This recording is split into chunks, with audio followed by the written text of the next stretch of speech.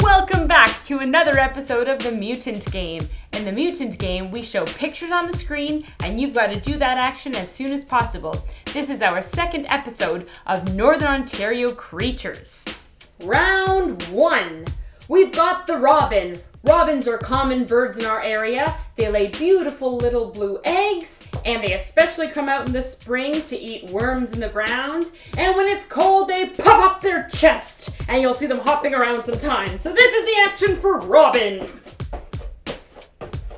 Excellent. The next creature is the pumpkin seed fish. Some people call it the sunfish, and it likes to hang out in cool, calm lakes and ponds where it can just chill out and hide. So this is the action for pumpkin seed fish. The next creature is the red squirrel. Picture your little cousin after they've eaten a whole bunch of chocolate. That's the red squirrel. It's very, very hyper, and it eats a lot of seeds and other stuff. So this is the action for red squirrel. That one tired me out.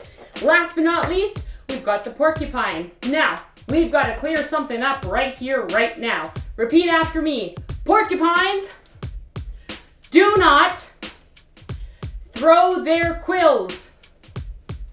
That's a common misconception.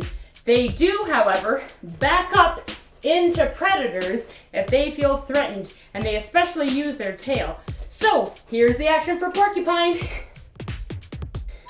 This leads to our first trivia question. How many quills do you think a porcupine has? I'll give you a hint. The answer is between 1,000 and 1 million. Stay tuned to the end of this episode for the answer to that trivia question. Okay, are you ready? Cue the music!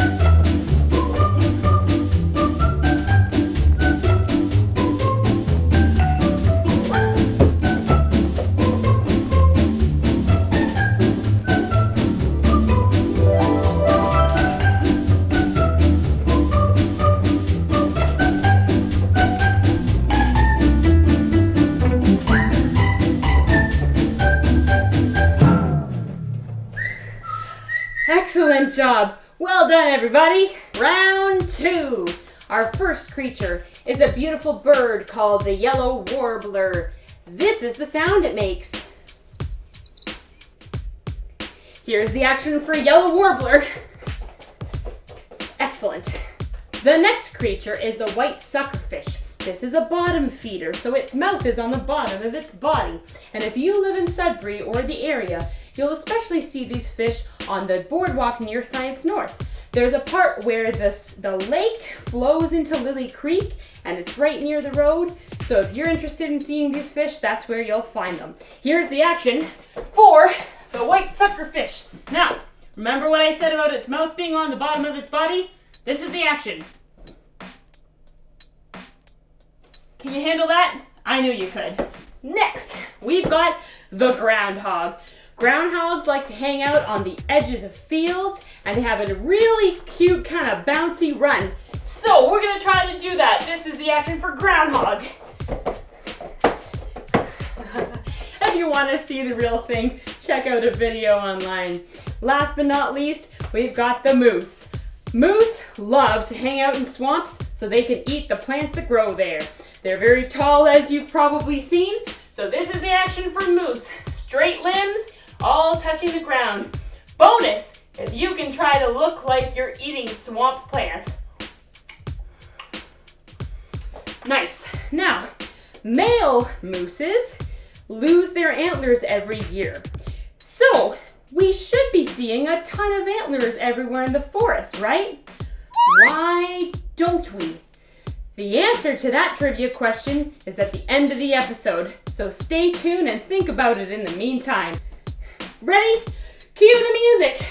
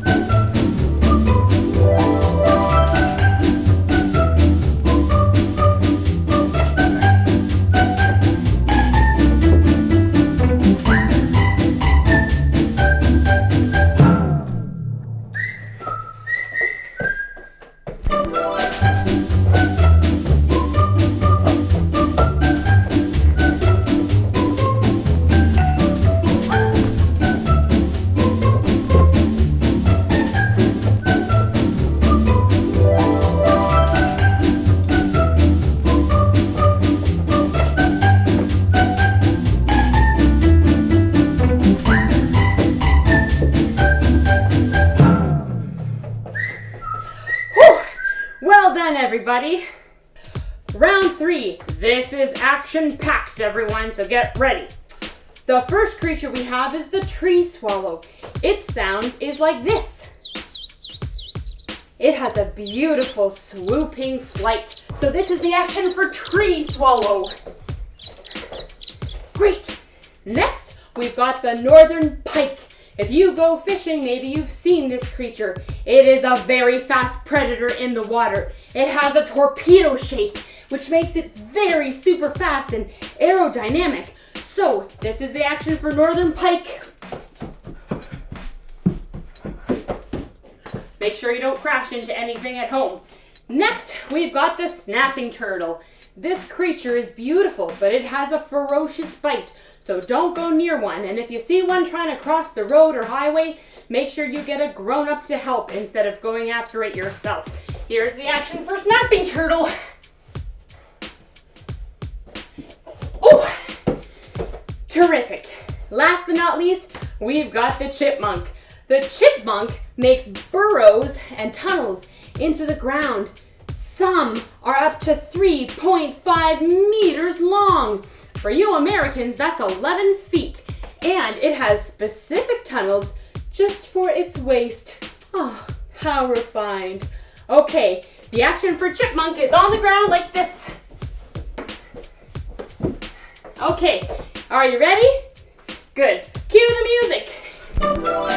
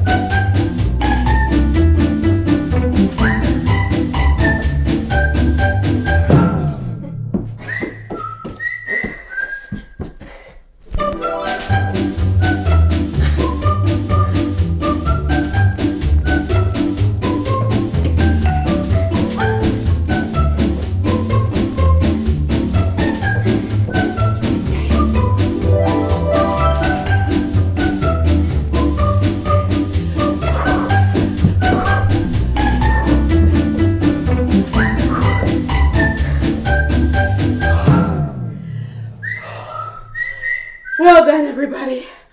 Whew. I hope you learned something while you were sweating. So, let's find out the answers to our 2 trivia questions we had throughout the game. The first one, how many quills does a porcupine have? If you guessed 30,000, you were right. Question 2, why don't we see moose antlers scattered about throughout the forest? Because insects and rodents of the forest eat them. Their antlers are full of calcium, and that is so great for insects and rodents to be eating. So if you see antlers in the forest, consider yourself very lucky. That's all for today, folks. Thanks for joining me on another episode of Ms. Holub Exercises.